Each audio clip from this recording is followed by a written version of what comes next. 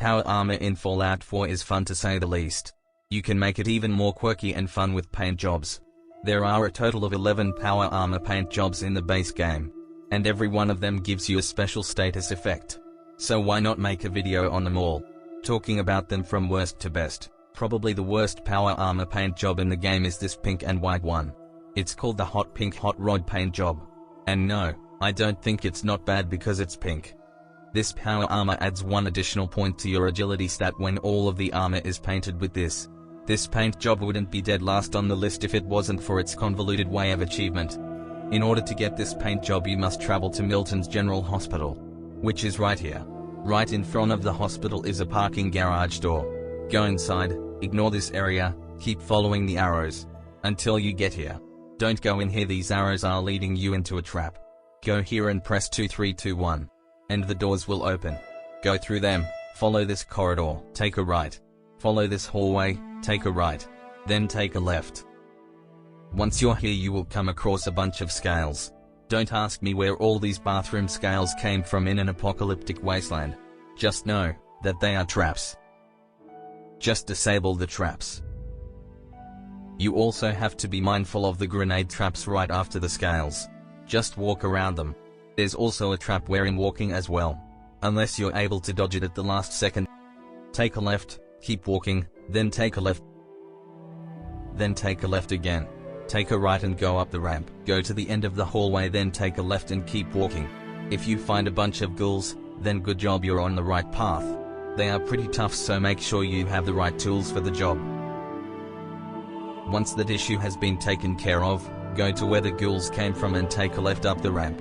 You'll find more ominous bathroom scale traps. Disarm them and you'll find this trash can.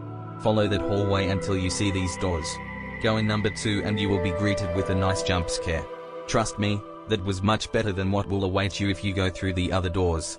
Go through this area, open this door, and you'll find the paint job. Have fun. This is ridiculous. Let's move on to the next worst ones. These are 9th on the list. The Hot Rod Flame paint job and the Hot Rod Shark paint job. They both look really nice and are considerably easier to get than their pink counterpart. Starting with the Hot Rod Flame paint job. You'll find it in this junkyard that's very close to Sanctuary. Go in here and read this and you'll be able to add it to your power armor. The shark paint is the best looking one out of the trio and can be found in the Atom Cat's garage. It's in a trailer over here. The Minuteman paint job is next. In order to get it, just talk to Preston Garvey when you meet him and you will be able to craft these pieces. This paint is only available for T45 power armor. Next we have the Baltec power armor, which will increase charisma by 1. The reason it's better than Minutemen is because this paint job can be applied to all types of power armor and can be crafted without requirements. The 6th one on the list is the Brotherhood of Steel paint job. This is 6th on the list and there are 3 variations: the Paladin, the Knight and the Sentinel. They all add +1 to your strength stat. 5th on the list is the generic military paint. It adds +1 to your strength and it's higher on the list than the BOS paint because this is just much easier to make for the same reward. You can just craft it in the power armor station whenever you want. Next we have the really sleek and kind of clean looking Institute paint job. Just don't look at the back. You can craft this paint job after completing the quest and clear a family. It adds +1 intelligence and is only available to the X01 power armor. 3rd on the list is the Winterized paint job. Despite this paint job having a lot of lore relevance, upon first glance it seems like a cheap knockoff of the Institute paint job. This paint provides +20 energy damage resistance, which is pretty good, especially when fighting, since, on top of that, it's available to all power armor. You can craft it as well. In 2nd we have the Railroad paint job, a paint job that can be obtained by talking to Deacon in the Railroad base and he will give you a quest called Trade Graft. Upon completion you shall be able to coat your armor with the paint. It's only available for T51 and it increases your perception by 1.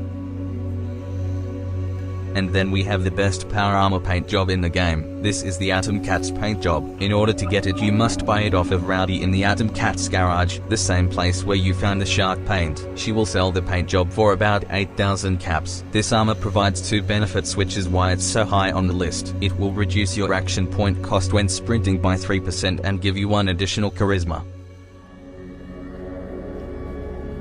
And those were all of the paint jobs in the game. As for how I think they look, the pink hot rod paint job isn't worth it. The hot rod flames paint is pretty good. The shark hot rod paint is too goofy. The Minuteman paint job is basic and bland. The Vault-Tec armor has a nice contrast. The Bose armor has too much going on but still looks pretty good. The military paint looks like a better version of basic power armor. Institute paint job is amazing, just ignore the dirt. Winterized paint doesn't look good, and the railroad paint is awesome. The Atom Cats paint job is beyond comprehension, in a good way. Well, I guess that's it. Make sure to like the video and subscribe if you want to see more Fallout videos like this one.